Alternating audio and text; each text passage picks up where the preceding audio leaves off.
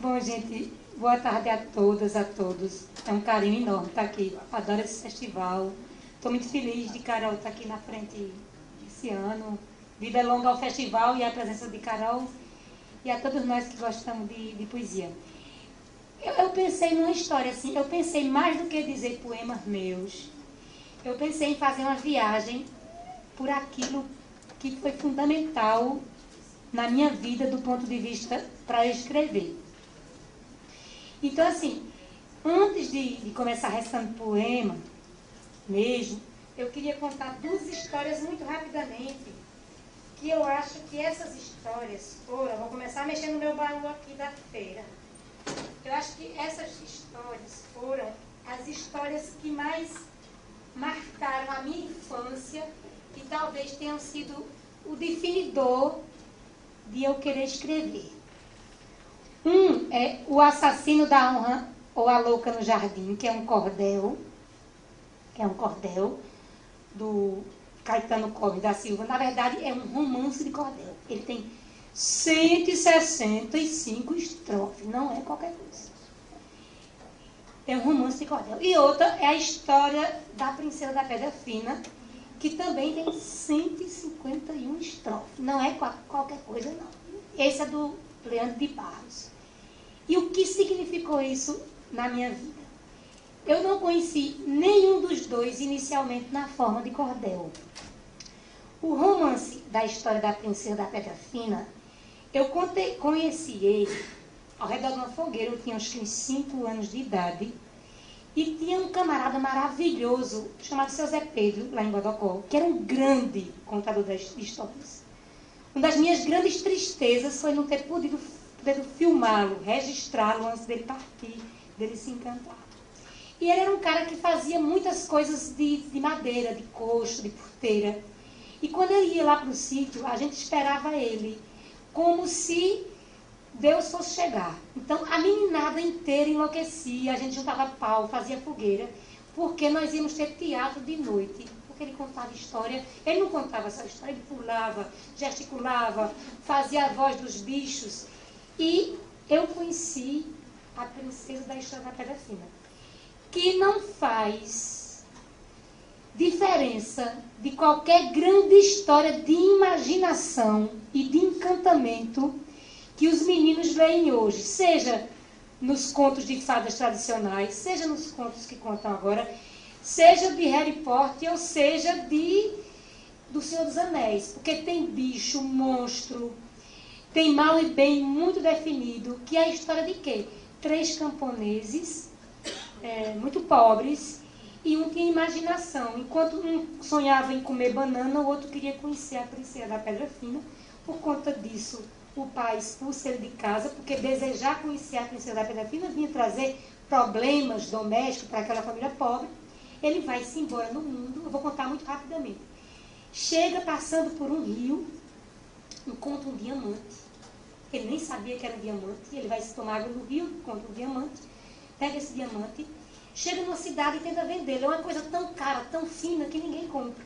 Aí o rei compra e ele fica rico. Depois ele parte de novo, porque o rei, por conta de um barbeiro bem sacana, que é o mal, fazendo intriga, quer mais 2 pedras para pôr na coroa. E ele enlouquece e sai para o mesmo canto do rio, onde ele encontrou a pedra. Lá tinha uma cobra que falou com ele, porque os bichos falam nesse cordel, igual os grandes contos de fada. E aí a cobra dizia: olhe, mate o leão que eu lhe dou a pedra. Porque tinha um leão lá próximo, e ele pega, mata o leão, desencanta a cobra, que é uma princesa, e consegue as 2 pedras de diamante e traz para o rei. Voltando para lá, ele fica mais rico ainda. O barbeiro malvado pega e chega e diz o seguinte: isso é pouco, eu vou ferrar esse cara. Aí chega para o rei e diz: ele tem uma princesa linda dentro de casa, vá ver lá. O rei vai. E o rei começa a desejar uma laranja do reino das laranjas e chama ele lá e diz: você vai buscar a laranja. E começa a dar missões terríveis para ele. Em cada missão dessa tinha 1000 precipícios, bichos. Bichos terríveis, leões, nossa, bichos que não tem aqui. Aí ele vai buscar laranja e traz a laranja e vence, porque essa princesa encantada ensina tudo para ele. E como ele agir nesses precipícios, nessas angústias todas. E aí ele chega e traz a laranja. Ela parte a laranja, é uma outra princesa, que é a irmã dela que também estava encantada. Ele fecha a laranja e vai levar para o rei.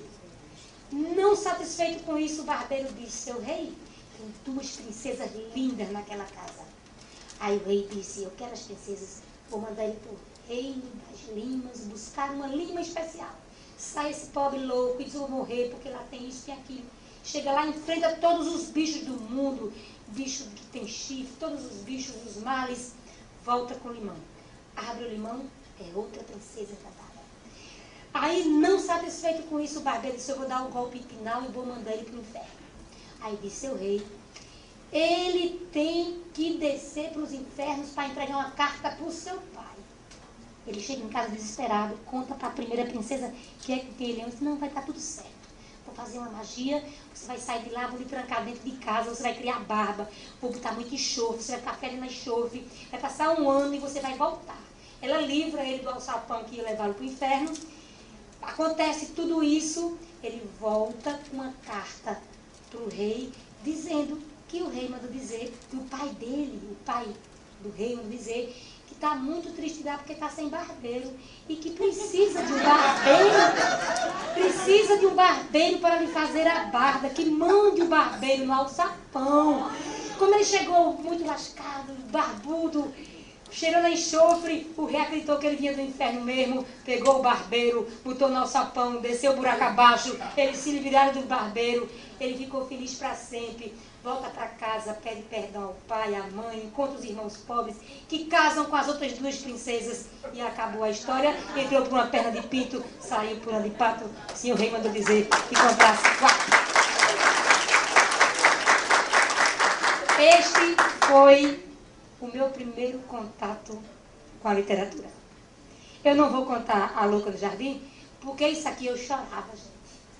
Isso eu não conheci também como cordel. Isso era representado no circo que vinha para Bodocó. Eu conheci isso no teatro. Só vou contar uma história sobre isso aqui.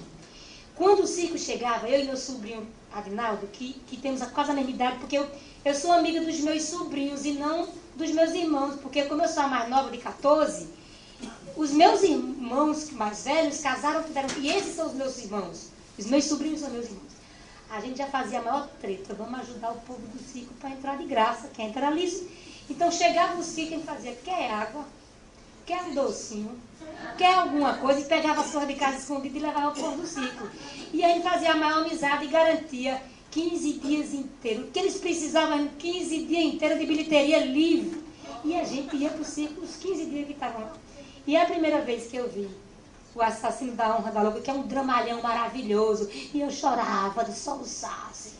Então isso foi a primeira vez que eu vi literatura na minha vida, além de todos os cordéis que eu vi.